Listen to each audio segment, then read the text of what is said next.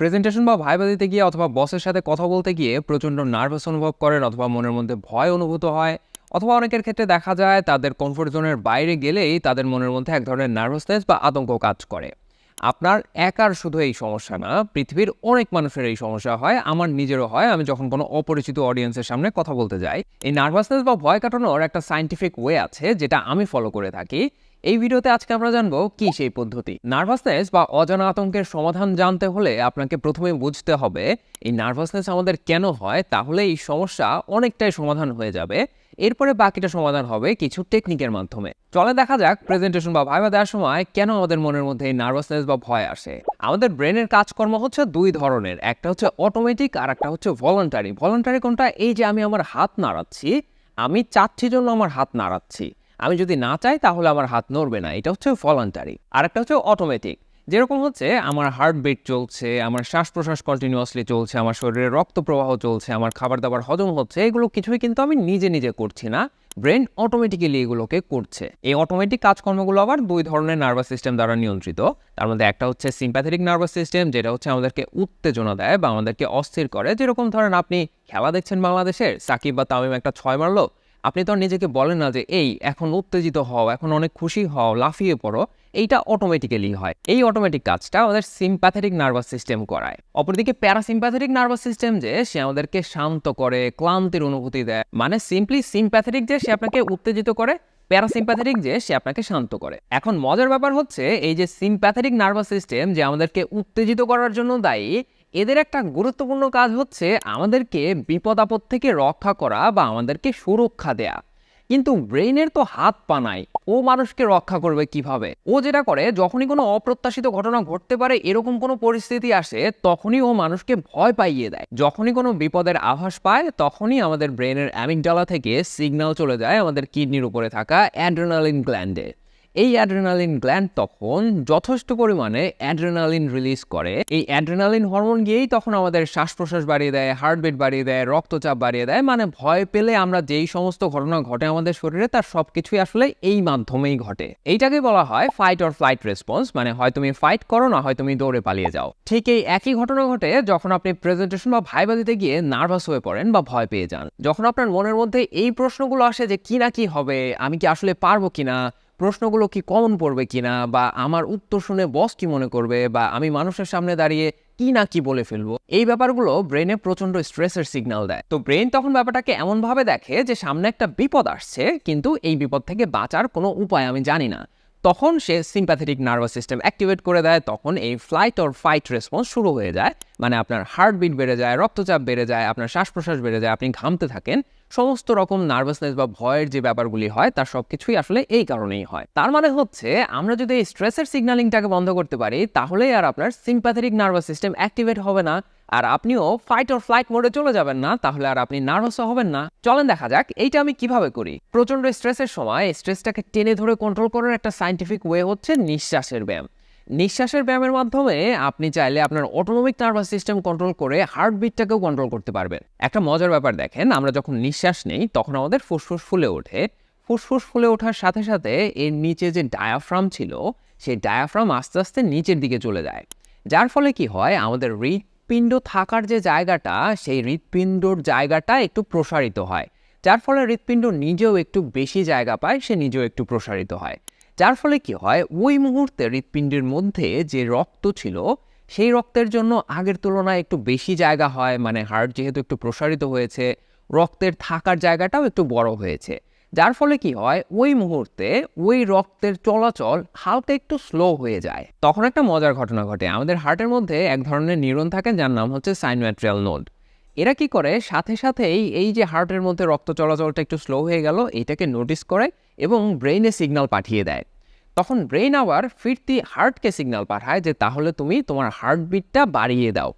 তার মানে কি দাঁড়াচ্ছে, আমরা যখন নিঃশ্বাস নিচ্ছি তখন ব্রেন থেকে সিগন্যাল আসছে যে হার্টবিট বাড়াও। ঠিক তার উল্টো ঘটনা ঘটে যখন আমরা নিঃশ্বাস ছাড়ি। মানে নিঃশ্বাস ছাড়ার সময় ব্রেন থেকে সিগন্যাল আসে হার্টবিট স্লো করো। তার মানে যেটা দাঁড়াচ্ছে, আপনি যখন নিঃশ্বাস প্রশ্বাস নিচ্ছেন তখন আপনার নিঃশ্বাস নেওয়ার সময়টা যদি ছোট হয় আর নিঃশ্বাস ছাড়ার সময়টা যদি লম্বা হয়, তাহলে আস্তে আস্তে আপনার হার্টবিট কমতে থাকবে। এই মাইক্রোস্কোপটা হচ্ছে স্কুল শিক্ষার্থীদের গবেষণা আগ্রহ বাড়ানোর জন্য। আপনার বাসায় যদি কোনো ভবিষ্যৎ বিজ্ঞানী থাকে তাহলে তাকে এটা কিনে দিতে পারেন। এটা দিয়ে পেঁয়াজের পাতলা আবরণের কোষ দেখা যায়, আর কি কি দেখা যায় সেটা হচ্ছে যাকে কিনে দিবেন তাকে খুঁজে বের করতে বলবেন। আর এটা যদি বিজ্ঞান মার্ট থেকে কিনেন, সেখানে সাব্বির10 এই কোড ব্যবহার করলে 10% ডিসকাউন্ট পাবেন প্রথম 500 জন। ওদের পেজে ঢুকে ইনবক্সে নক করলেই হবে, আর ওদের পেজের লিঙ্ক দেওয়া থাকবে প্রথম কমেন্টে।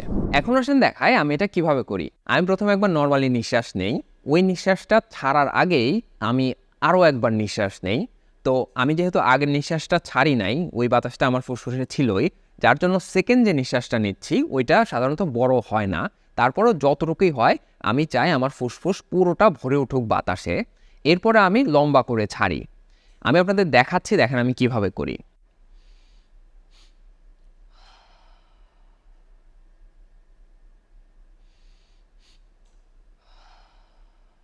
শুধু আমারটা দেখে যদি ভালো মতো না বোঝেন, এনারটাও দেখেন।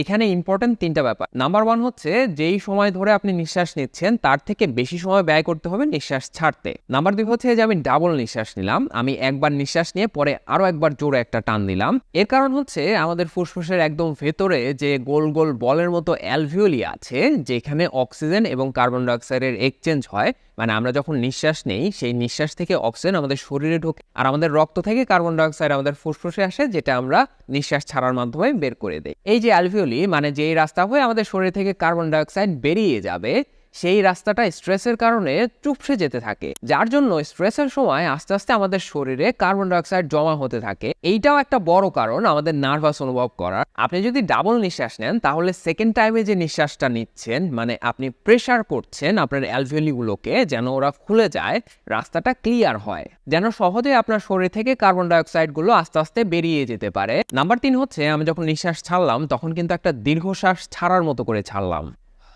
এই দীর্ঘশ্বাস ছাড়ার সাথে আমাদের মস্তিষ্কের একটা সম্পর্ক আছে। অনেক সময় খেয়াল করে দেখবেন মানুষ যখন টায়ার্ড হয়ে যায় বা হাল ছেড়ে দিয়েছে এরকম একটা পরিস্থিতিতে পড়ে, বা প্রচণ্ড ক্লান্ত অনুভব করে বা অনেক এক্সস্টেড অনুভব করে, তখন তারা এরকম দীর্ঘশ্বাস ছাড়ে। এই দীর্ঘশ্বাস ছাড়ার মাধ্যমে তারা নিজেদেরকে রিলিজ করে দেওয়ার একটা অনুভূতি দেয় মস্তিষ্কে।